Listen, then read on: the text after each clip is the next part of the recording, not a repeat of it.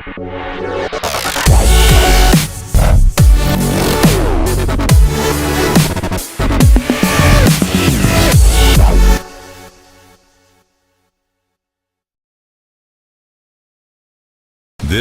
is the Walk-Thru, powered by Triple F Elite Sports Training. Train like a pro. Your all-access pass to the biggest games, hottest stories, and everything high school football in East Tennessee. From the Friday night lights to the chase for championships, we bring you the stars, the headlines, and every heart-pounding moment. So strap on that chin strap and get ready. Jesse, Paige, and the 5-Star Preps team are here with the most complete high school football coverage in the state. This is the Walk-Thru. Good evening and welcome into the Walk-Thru presented by 5-Star Preps and of course our lovely sponsor in Triple F, Paige Dauer, alongside Jesse Smithey. As far as the first week goes, it was an incredibly exciting first week, especially with the First Bank Football Classic. Absolutely. But yeah, great week to be back here talking all things high school football. Yeah, Triple F always a gracious host and upgrading some turf that we're sitting on. I feel special. We get to be one of the first ones on the turf today, and this place isn't that old, but that just shows you they're investing in their facilities. They want to make sure everything's top notch and state of the art, and new turf indoors for all their clients and all the kids that work out here. And always love being here. Just kind of gets me in the mood for the week. Yeah, and when you were doing the agility drills earlier, you looked pretty good. Yeah, I mean, I've shed a few pounds in the off season so I can get on those dot drills and run some back and forth. But no, it's I need to stay off of this. I don't want no cutting, nothing like that. I don't want to tear any ACLs this early in the season. Yeah, no, make sure you do your stretches before and after. But without week one, you need some hiccups, otherwise it wouldn't be week one. And of course, weather played a little bit of role in those hiccups, specifically with PAL and AC. A lot of these games ending up not going to be rescheduled. There'll be no contest, starting with the Mavericks and Panthers. Yeah, and that was a game that so many people look forward to each and every year, including myself, just because of the amount of touchdowns that they put up, the great talent that they have on both sides of the field for each team. And there was a lot of buzz about Anderson County and a lot of buzz about Powell coming into this season, and made it to I don't know, somewhere around the start of the second half, and that game was called off and was supposed to resume Saturday at 1:00, and then there was some type of incident after the game where it was just completely, hey, we're going to call off this game. It's a no contest. So never really got the full details or the scope of what happened there, but felt like just the parties involved felt it was best just to kind of call this off and move on into week two. But Bearden and West never really got off the runway. I mean, it was just delayed, push back Saturday night, just monsoons and lightning storms. Heritage and Clinton, they on again, off again, on again, off again. We have a few highlights and a few pictures of that up on our site, but not the full range of the game. And those are two teams that we were excited to see, and had a little bit of electricity about them coming into this season. So there was a little bit of a damper to week one, but for the most part, we got the season going. Not at a strong pace, so hopefully it picks back up. We get it all. I know one thing, I love the weather this week so far. It's been amazing. It feels like fall instantly. Absolutely. Yes. One game that didn't have a weather delay, almost felt like they were going to have a weather delay, was Alcoa and Maryville, and thankfully they didn't, because it literally came down to the final 2 seconds of the game. Yeah, an unbelievable game between Alcoa and Maryville. Alcoa getting back-to-back wins in that series for the first time since, what, 09, 10, somewhere around that range, and winning 3 out of 4 against Maryville. And you were at that game. You're working sidelines as well. And there was a point in the first half where I thought Maryville might build a double-digit 10 to 14 point lead. Thomas Manu. Yes. I call him Manu, man. I'm from Tennessee. It's Manu to me, but everybody else is calling him Manu, like Manu Ginobili. So Thomas, man, I apologize if I say it wrong, but he's very much in the same role that Eli Graff was in a year ago. Not only is he starting quarterback, but he's also the starting punter. And the first time he dropped back to punt, he's rolling around kind of rugby style. He held on to it for too long. The punt was blocked. Maryville, first play, 39-yard touchdown pass. They take a 14-7 lead. Alcoa's next possession, it's kind of stalling for a little bit, and you're going, okay, Maryville's really got the momentum. They have a chance to build it to 10 to 14 points right before the half. And then Thomas Manu scrambles around like he did all game long, heaved one downfield. It's caught with, 20 seconds left in the first half, ties the game. And from that moment forward, I feel like Thomas really felt like, I can make plays in this game. I can compete with this guy. Remember, he's a new starting quarterback. Correct. For Alcoa. And in the second half, I thought he just played a masterpiece of a football game. Oh, absolutely. And I think even from the very beginning, getting guys like Micah Jones involved in the game, he really fed the offense for much of that game. And then, I probably would have named him, the player of the game in that one too. But it was just such a phenomenal game. And what you really liked was how the defense really responded. Brian Nix talked about needing to tackle better. And then after the game, in fact, it was his daughter. She's a cheerleader. It was her first varsity game that she cheered. And she's like, Dad, you can't lose the first game that I'm cheering. So he lives up to that. And it was a really exciting moment as like all of the fans are rushing the field and all of that to happen. But a really exciting game that happened. Yeah, and for Thomas, early in the game, I felt like he was holding on to the ball. He was scrambling a lot. And I'm thinking, man, guys, you're going up to 4A this year. You're taking a lot of hits as your starting quarterback in this game against 6A Maryville. Like, what's his body going to be like by the end of this game? But as the game wore on, you saw him get more out into space, avoid those hits, distribute the ball to his playmakers, and really kind of come into his own as the starting quarterback. And I'm excited to see what he does going forward. I'll tell you, Will Jones, I think he'll be the real deal. He had so much pressure that entire night, and I don't know how he got the ball out of his hands. Like, he'll be just fine this season. It wasn't like Maryville just like played terrible. No. It was a really well played football game on both sides, and Alcoa just made that score late and were able to knock the ball away. Condis Cherry, I believe, got the pass deflection there on the final play of the game. It's just one of those well-played football games. So as I told, I think Vince Ferraro, 99.1 Friday night, look, I'm not worried about Maryville. No. I mean, they look just fine, and they've had some injuries they've had to deal with. But despite that, I mean, they're doing pretty well. Yeah, and somebody else who looked just fine was William Blunt. Talk about a couple of surprises that happened. A shutout over Loudon. I think it was 49-0. Yeah, I mean, this Jackson Dabrowski, at quarterback, he's a senior. He had a really nice year last year, all-region player, but had a fantastic game against Loudon. I think 4 passing touchdowns, 1 rushing touchdown. And that's one of my surprise teams from week 1 was William Blunt, because Loudon traditionally, year in and year out, is a playoff team. They're well coached, solid, always got good athletes, and that was just a surprise moment. But I mean, William Blunt showed well in some preseason scrimmages, especially against Anderson County. So they had our attention, but I didn't expect that. Right. And I also didn't expect Carter. I think Carter, year 2 for Todd Helton. Carter putting up 50 in the first half was incredible. Yeah, so that was awesome. Those are my 2 surprise teams for week 1. I also want to get to the First Bank Football Classic. What a game that was for the inaugural. Yeah, so we were worried all Saturday about the weather, and we had people praying for that game to go off without a hitch. And their prayers worked, because we had a little drizzle maybe in the first half at some point, nothing substantial. And then after the game, some sprinkles, but all around were thunderstorms. And on my drive home, I drove through torrential rains and thunderstorms. Oh, no. So it was just like there was a hedge of protection around that stadium. Yes. And we got that game off and played in time. In Sevier County, week 1, they're not at their peak. And you can tell that. There's some new things that they're working in, some new players that they're working in. But still, at times, you could see the flashes of what could be with Cooper Newman at quarterback and all the Parker Newman at wide receiver and linebacker and all the playmakers that they have. Still breaking in some new offensive linemen and some new players elsewhere. So it wasn't a crisp effort. I wouldn't say that they would grade an A or an A+.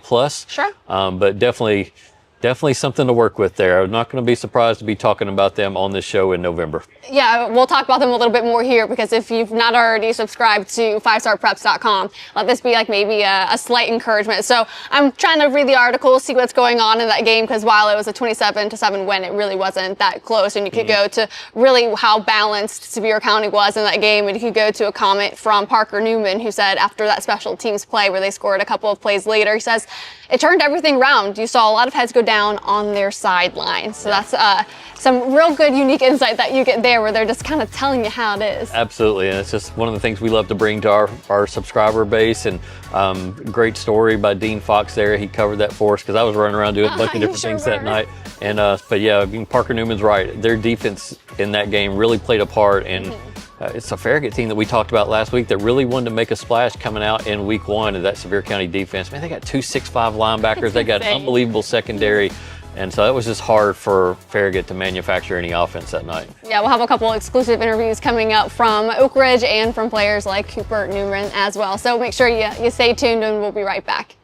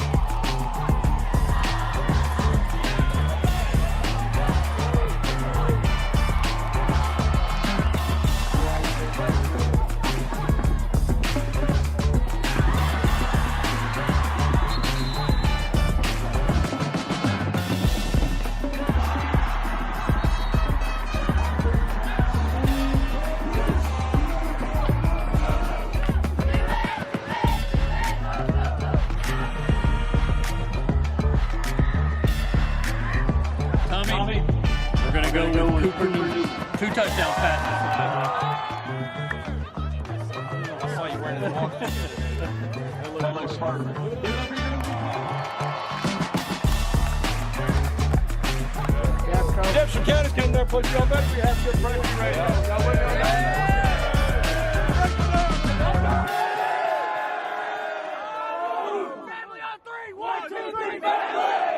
Wherever life takes you, bank on First Bank.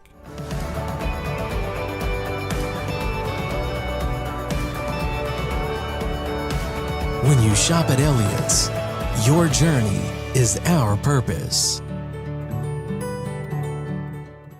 North Knox Siding and Windows is a complete exterior home improvement company that can help you with all your exterior needs. Visit us today at 5618 North Broadway.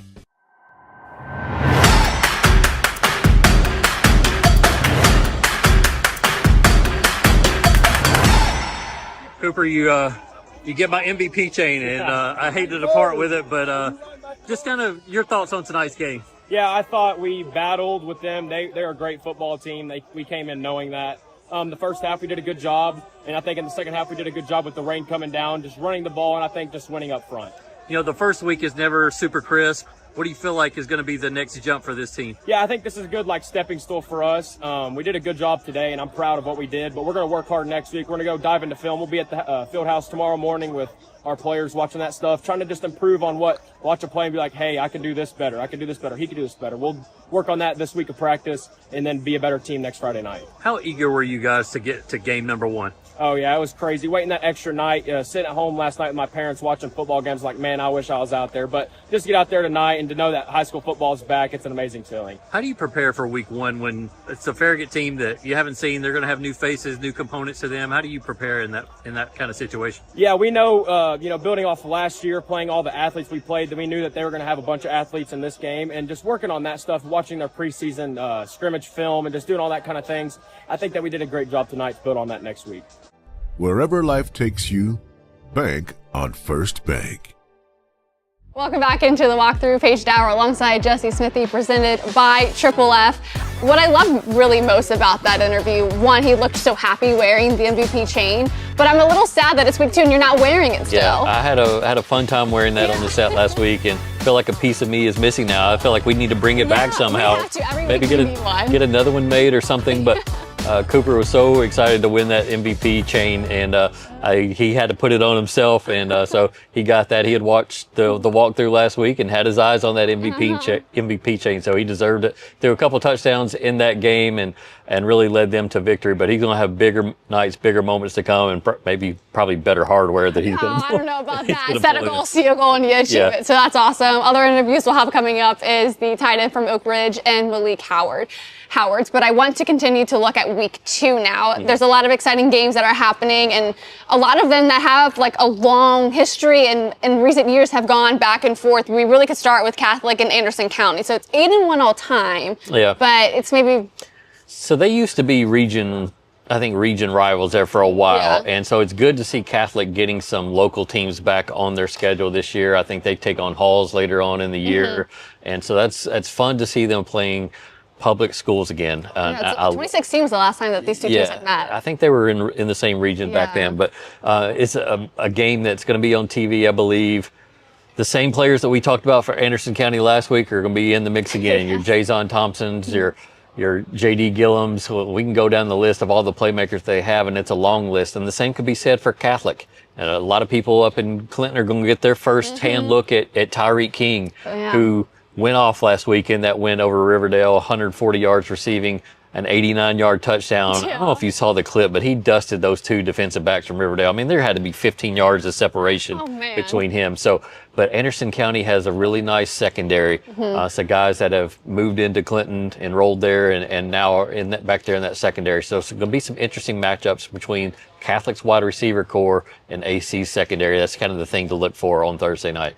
The other matchup to look at is Oak Ridge at Clinton. So they're 51-12 all time. Oak Ridge won the last one, and then the year prior is Clinton. But before 2023, Clinton hadn't won since 2009. Yeah, this is the matchup that Oak Ridge feels pressure from the community that you do not lose to Clinton, and it is hammered home. in that locker room each and every week and pretty much all year long. And there have been some close calls in recent years and then some not so close calls in recent years. But when you look across at Clinton, you say, okay, they got a new head coach, a lot of changeover from there, some new players in. Oak Ridge, more established, more players returning from their starting lineup from a year ago. You got to feel like Oak Ridge feels like they have to win that game because of where they are as a program, and they don't want to lose to Clinton. But in rivalry games, and gets heated, and you kind of might lose your head a little bit in certain moments, things can happen. So that's a big game, and we'll talk about that game with Malik Howard coming up next segment. The other one is Powell and Farragut. What I think is really interesting is that this is their third straight meeting that they've had, and the last time they've had 3 or more meetings in a row was back in the 90s. Yeah. So for this game, I want everybody to pay attention to the two offenses. For Farragut, how can they make a jump from week 1? They had some new members in their wide receiver core after graduating 2 outstanding wide receivers from last year. And so how can they better that? How can they better their run game going into week 2? For Powell, Deuce Rogers got hurt in that game against Anderson County in the first half. We don't know if he's going to try to play through it. Matt Lowe never talks about injuries. No. I don't even bother calling him or texting him. I've known from experience that he will not tell me anything. But I do know that Deuce Rogers, 6'3", 240 pounds, dual threat quarterback. I believe I was told it was a knee thing. So we're going to see if he gives it a go. If not, I mean, that's going to hugely affect Powell's regular season. The next game to look at is Upperman at Greenville. I honestly think this could be a very sneaky game. Upperman has a lot of people's attention again because they put Webb on a beat down last week. Oh, yeah. Was that called at halftime? Yeah, it was like 29-7 or something like that. I can't remember what it was at halftime, but it was bad. And that was shocking because I saw Webb quite a bit in the preseason. They got a big offensive line. They have Shavar Young. They have other playmakers, and they have a really good quarterback. And Upperman absolutely gets after it defensively, and that's something that Greenville likes to do as well. Both teams have their eyes on 4A success, and we'll see if that can happen. But remember, Upperman knocked out Greenville a couple years ago in the playoffs when everybody thought Greenville, including me, was going to win a state championship. And so Greenville might have a little revenge on its mind in that game. Oh, truly, truly. I honestly think that'll be a really good game. And before we get to break, I really want to look at these highlights. The first ever outdoor volleyball match that Catholics hosted, incredible. Yeah, drone shots, zooming in is unbelievable scene. I hope you guys enjoy it.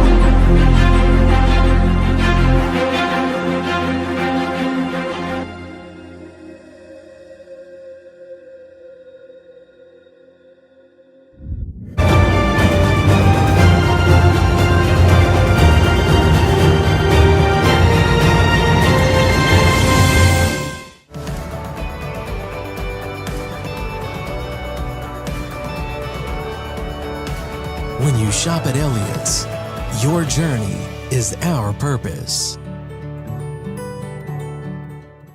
North Knox Siding and Windows is a complete exterior home improvement company that can help you with all your exterior needs. Visit us today at 5618 North Broadway.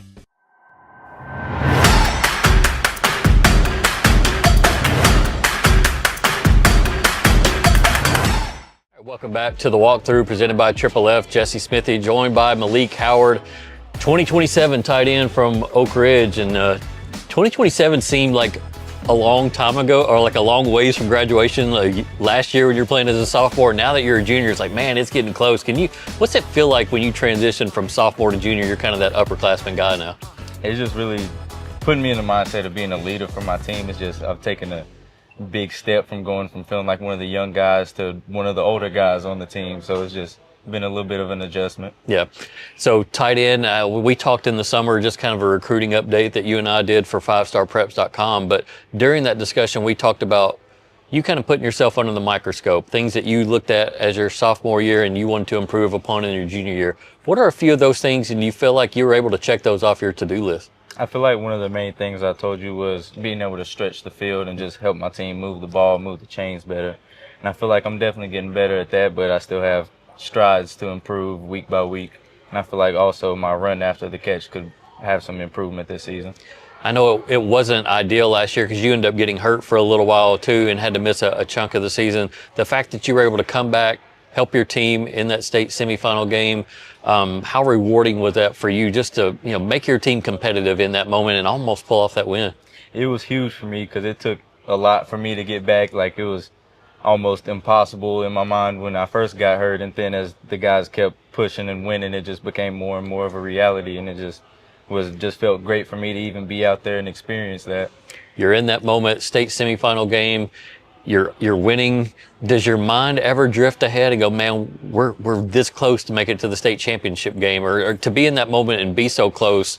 How bittersweet is it to appreciate being in that moment, but also know that you came so close to getting to that final stage? Yeah, at some point it sucks that we didn't make the few plays that could have really got us there, and I feel like we would have been state champions had we made it there. Mm-hmm. Now Oak Ridge jumps up into 6A this year. I know that kind of provides a little bit of motivation. Have you seen more work, more intensity out of the guys to kind of, I've always played some 6A teams in non-conference play, but have you seen more motivation out of the guys to kind of adjust to that? I feel like definitely we have. Like, Coach Ring all off season has preached to us that we're playing bigger, faster, stronger teams going into 6A, and we're not going to have the somewhat cupcake games that we might have had in the past. So it's just really boosted our intensity in practice and scrimmages heading into the season. You guys opened up the season, with the win last week over Halls on that rivalry Thursday game. To get out of the gates like that and get that W, I know it's a hard-fought game. Just how rewarding was that? It was very rewarding. I feel like we're going into week 2 much more confident than I have definitely in my whole high school career, because I feel like we were just firing on all cylinders, offense, defense. We had some errors on special teams, but those can be cleaned up. But as far as our core, I feel like we played some great football, and that just really gives me some confidence going into week 2. When I got into this journalism thing, and I'd always talk with coaches at this point in the season, they would always tell me over and over and over again, teams improve the most from week 1 to week 2. What are the things that you guys have been working on? I know you mentioned a little bit there, but what have y'all been working on this week to not only prepare for Clinton, but to make yourselves better? We definitely today at practice, we emphasize just being more connected on our passing game, just being able to have those big plays that we'll need. Even if it's not for just Clinton, but going down the road, we'll need to have better execution in the pass game. I'll never forget, you played in our jamboree, I think your freshman year. You were lined up at defensive end, and after the game, or after you guys played in the jamboree, I texted Coach Rings like, man, Malik Howard, like, I love the frame on him. I could definitely see him turning into something. At that point, again, you were playing with your hand on the turf or on the dirt. Now you're a tight end. To see how things have changed for you, has it been overwhelming at times, or to have all the Division I offers and everything kind of come at you this early in your career? For a while, it was like early in the process. It was because I was still relatively new to playing tight end. I really just started in 8th grade, and then my freshman year, I started getting attention for it, and it was just felt like a little bit of pressure because I had to go out and prove that I deserved it.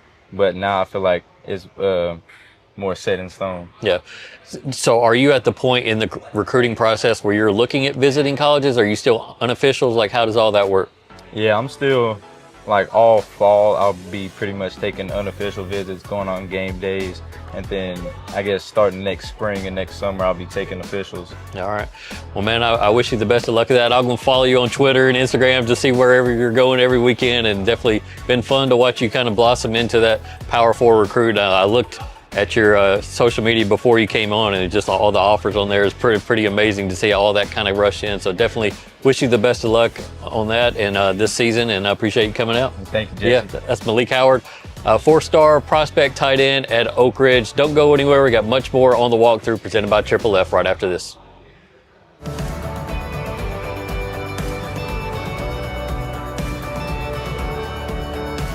When you shop at Elliott's, your journey is our purpose. North Knox Siding and Windows is a complete exterior home improvement company that can help you with all your exterior needs. Visit us today at 5618 North Broadway.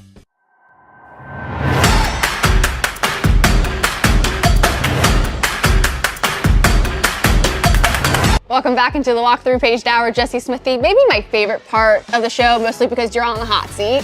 Dude, I was terrible last week. I was so bad at picking last week. Thankfully, some of the ones we picked got rained out, so that was like my saving grace. But I definitely missed the Maribel Alcoa pick, and I love it because people let me know. But what I respect from the Battle of Pistol Creek is that they're cordial about it and classy. It's never you're an idiot it's what you expect from those two programs. So salute to everybody involved in that. Maybe it'll be better next time. But for now, we have the Rusty Wallace Kia game picks to look ahead to week 2, and it's the first one we could go to is Catholic and AC, which we previewed a moment ago. Yeah, man, this is a tough one for me because I picked Powell last week to beat AC, and AC looked unbelievable in that first half. It had 18 points in that first half, and at one point we're up 18-0, making plays in that secondary, really getting after it defensively, and J.D. Gillum at quarterback really handled, I thought, the bright lights of playing in his first ever high school football game extremely well.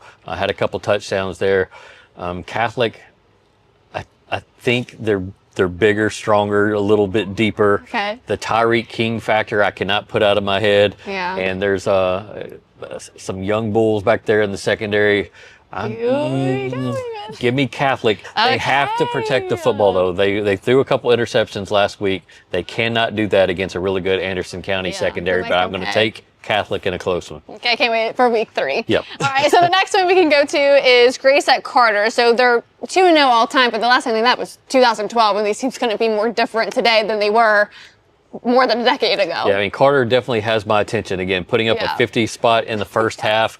Brody Sparks is an experienced junior quarterback who's not afraid to hang 300-400 yards up on anybody, have multiple touchdowns. They had so many playmakers making touchdowns and chunk yardage plays last week in that win over Northview, so they definitely have my attention. Meanwhile, at Grace, they're dealing with, this is their first game. There's going to be some rust. They also don't have Terrion Thomas at running back. Remember last year, over 1,000 yards rushing and 1,000 yards receiving at tailback. That's huge productivity that you don't have in your offense anymore.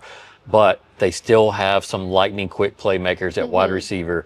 They have a gamer of a quarterback, great coaching as well on their staff. I like Grace Christian to win that football game, but there might be 8,000 points scored in that game. There might be, actually. Both teams are very offensive minded.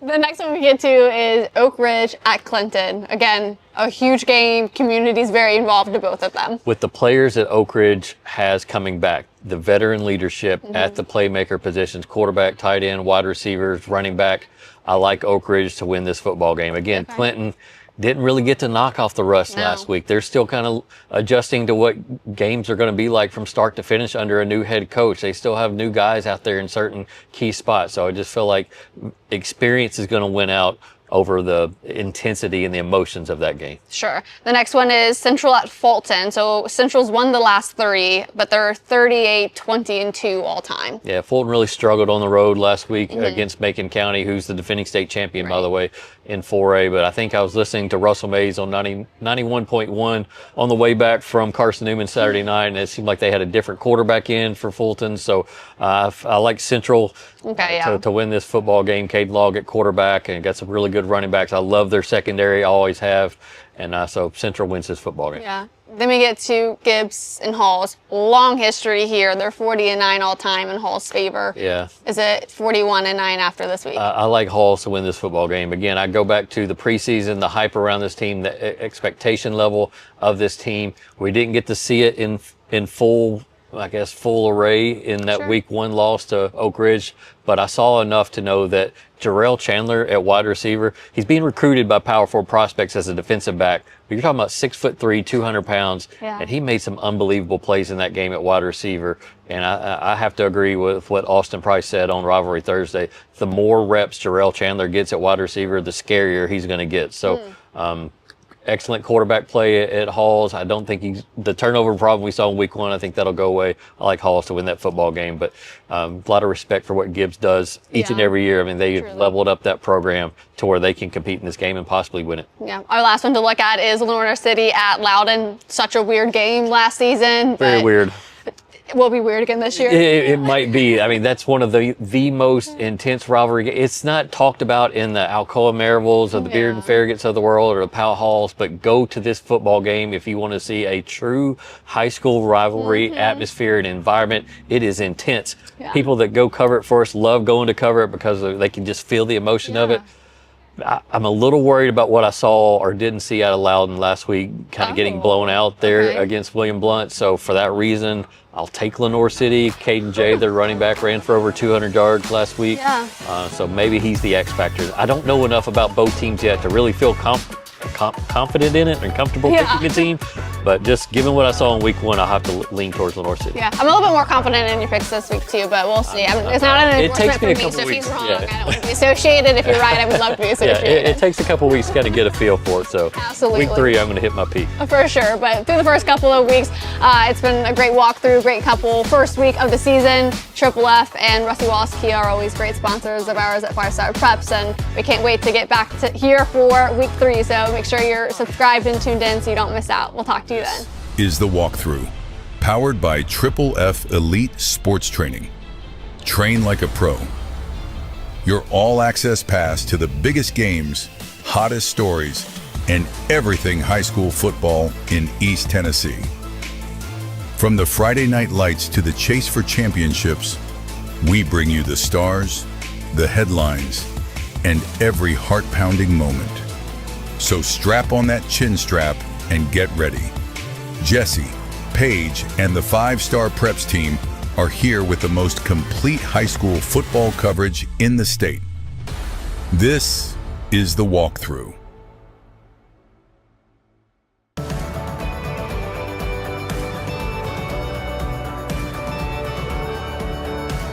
When you shop at Elliott's, your journey is our purpose. North Knox Siding and Windows is a complete exterior home improvement company that can help you with all your exterior needs. Visit us today at 5618 North Broadway.